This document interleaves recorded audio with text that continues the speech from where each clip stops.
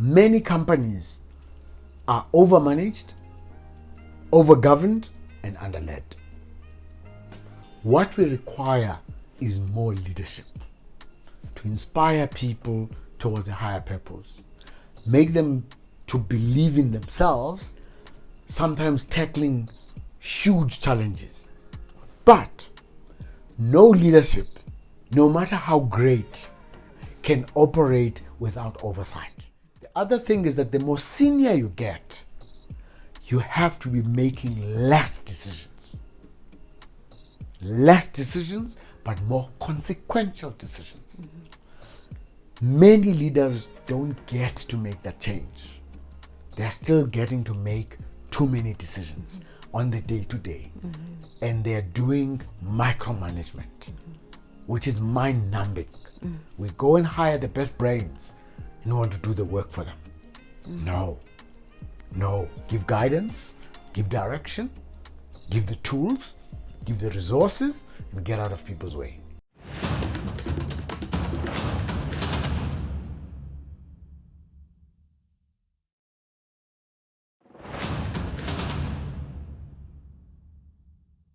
In our country, we experienced a lot of hurt collectively. You found yourself in the middle of it, having seen so much of it, having been arrested and falsely accused, experiencing what so many people, so many South Africans were experiencing at that time. And I guess you were consumed by anger. That's the sense that I get. Yes.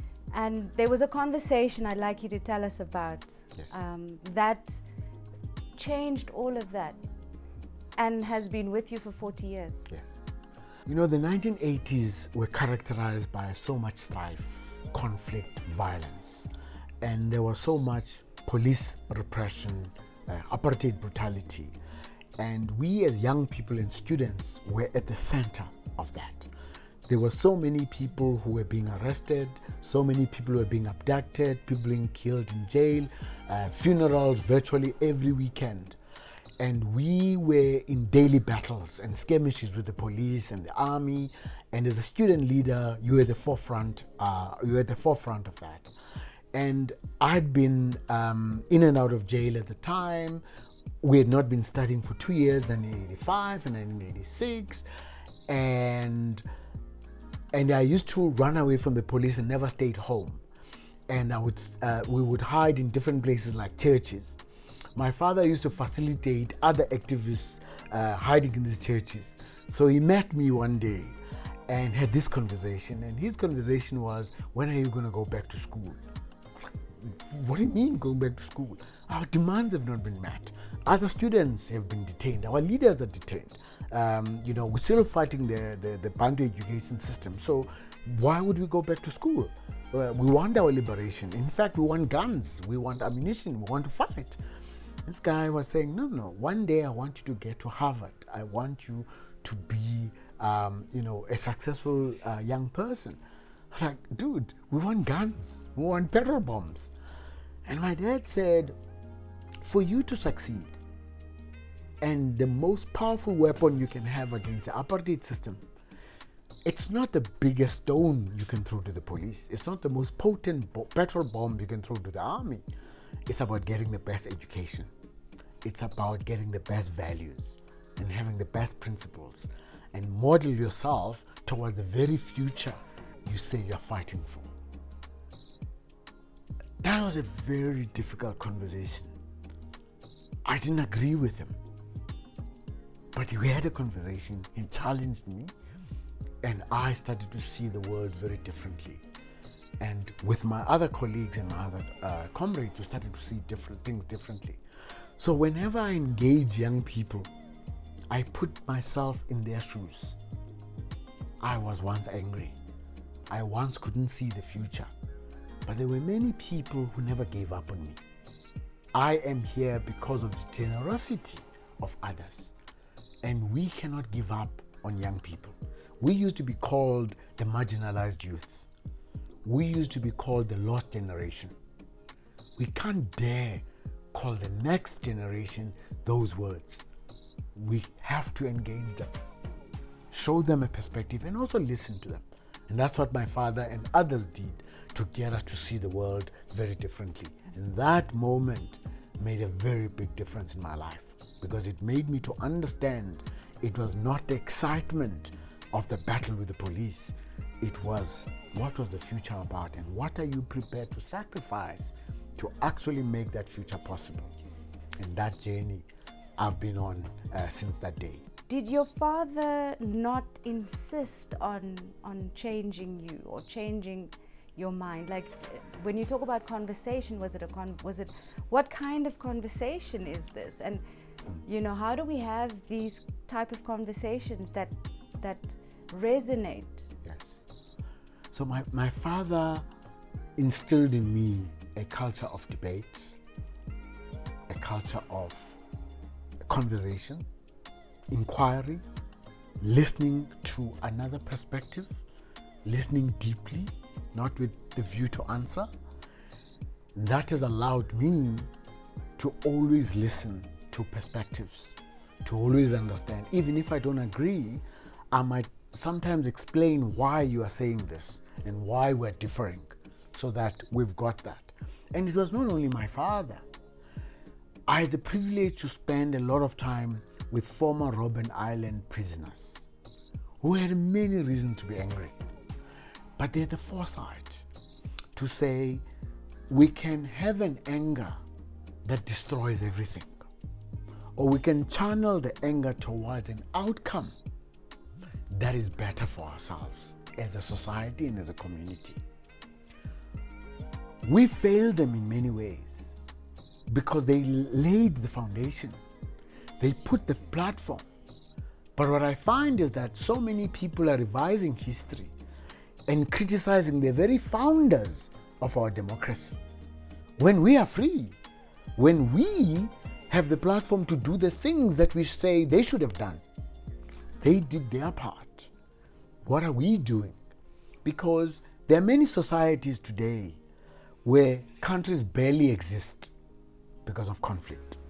When people talk about war and fighting and destroying others, I saw at a very early young age what anger, what killing does when people kill one another, when people are in perpetual conflict.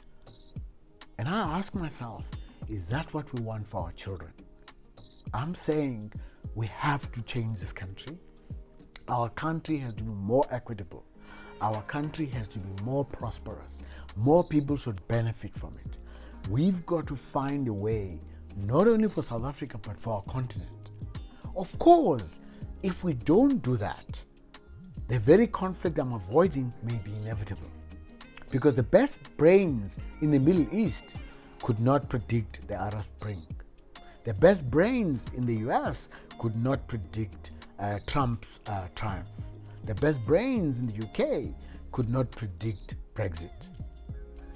It's when a huge chunk of people feel they have no stake in the future of a society that they can bring the house down. So for me, I want to have more conversations, more solutions to try and solve our intractable problems. Many of our intractable problems are not going to be solved through slogans.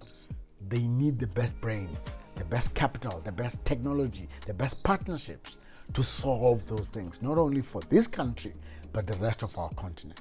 And that's what I think my father and our forefathers of this constitution, our foremothers of this constitution had in mind when they said South Africa could be a successful state. I don't want us to be a failed state. Some would argue we're already a failed state. Indeed, there are huge pockets of our country that exhibits so much of that is failed. But whenever I think of that, I think of my travels on this continent. I find amazing leaders who, under the worst conditions you can imagine, make things to work for them and for their communities. This is in no way justifying the lack of responsiveness of those in the leadership. But it says we must not be spectators to what is happening or wait for a divine intervention or some hero to save us, or only people in government. We must say, what's happening in the school next to me? What's happening in my church or my mosque or my temple? What's happening in my family? What are the things that are in our control? Because Dr. Andra Brink says we want to fall into this trap of either wanting to do everything or do nothing. And I'm saying, let's narrow the things to what we can do in our spheres of influence. Yes, let's be angry. Yes, let's be frustrated. But where you can find a solution, keep plugging away at those solutions instead of being the entire society being demobilized. We can't afford that demobilization. We can't. We can't afford to lose hope. We cannot, because at the height of 1985, 1986, if somebody said there would be a democracy in 1994, I would have thought they were crazy. But there was a belief that we'll get there. When Mandela and them were there in jail for 27 years or whatever, they believed that they would be free one day. When the guys were out in the camps throughout the continent, they believed they would be free one day. We have to have the hope that in us are many of the solutions. And the solutions are not going to come from one group or one person or one political party. They're going to come from a range of South Africans, a range of Africans in their own countries saying, not on my watch. We have to change this. We have to make a difference.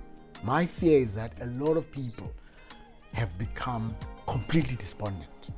And I'm saying, let's be those people, a few that can say, we can get this done. It's the same in a corporate. You know, I went into a business that had been loss-making for 4 years, that had a bad reputation, that nobody thought you shouldn't even go there. But I went in there with the people I worked with. We've turned that company around. We're making that company to succeed. But if I thought that it's not possible, nothing will be possible. And my plea is leadership is about not the easy stuff only. It's also about the painful, the difficult stuff. And can we do it? And I think we can do it. It's not going to be easy, and there are no guarantees. But leadership is about staring adversity in the eye and say, do your damnedest, but I'm going to persevere. I'm going to go fight and I'm going to win.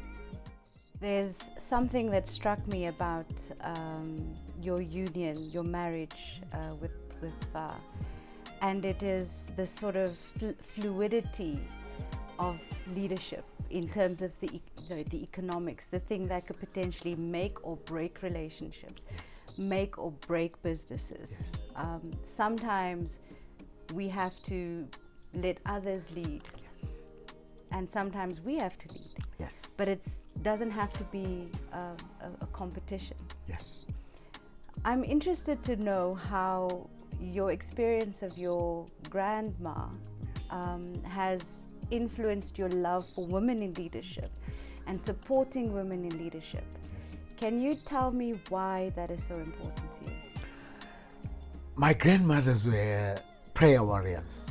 They were leaders, and they had a voice in their marriages. We grew up looking at them in awe because everything revolved around them.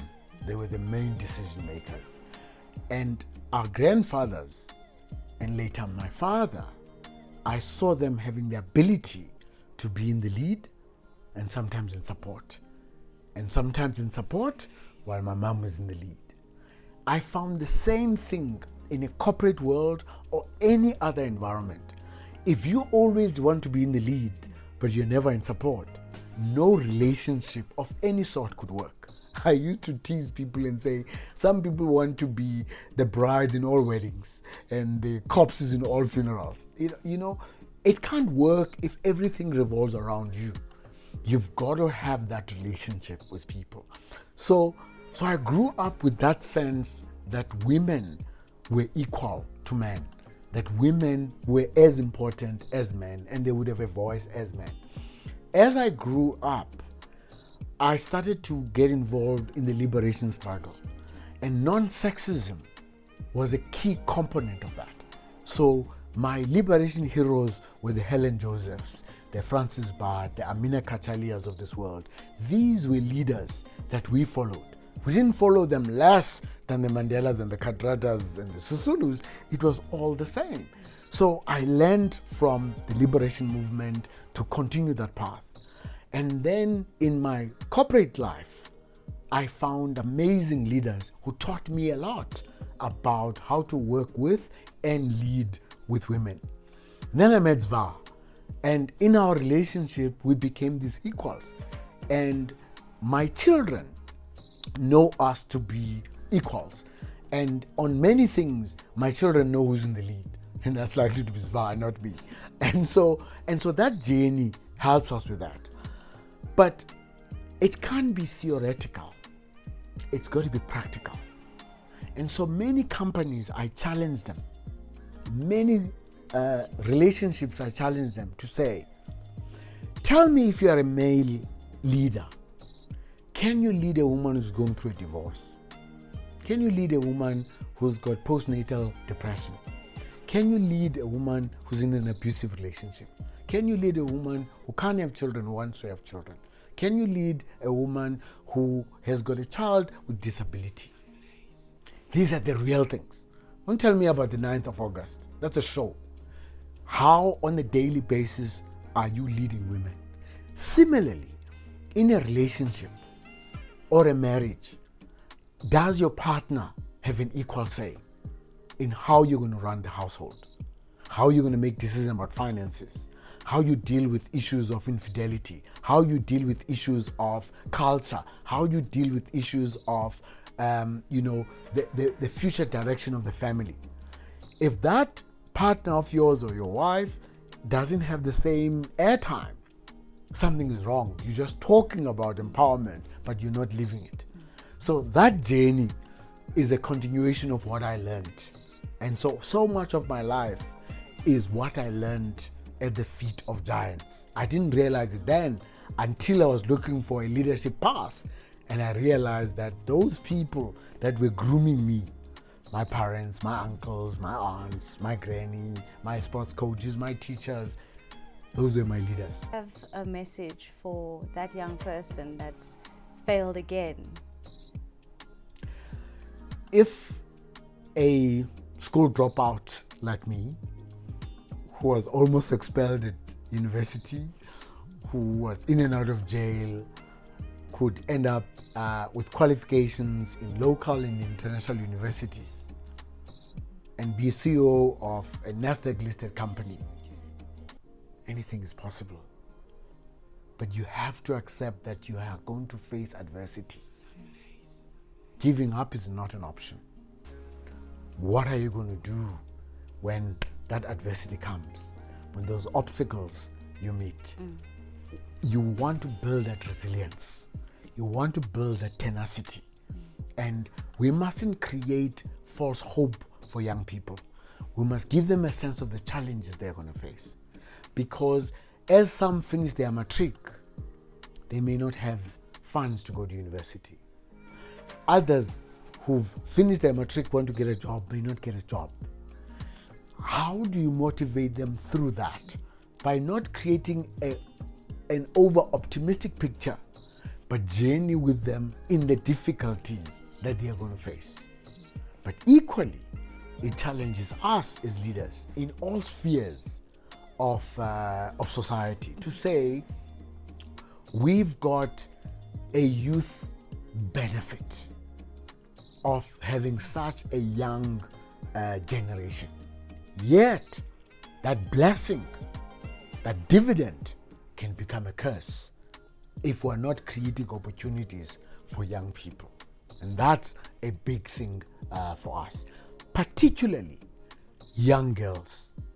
I think that not enough is being written about how young girls, and black girls in particular, are making great strides in their academics, at schools, at universities. But if corporates or the public sector now suddenly closes those doors, those gains are going to be lost. And to say to young people, as I say to my son, you're going to have to compete. with young girls. Don't bring resentment. Compete. Collaborate. Win with them rather than resent them to be your enemies. And these are some of the things that you find with the GBV mindset, where it is a power thing that I will suppress you, I will hurt you, I will destroy you to show you that you are less than what society is making you out to be.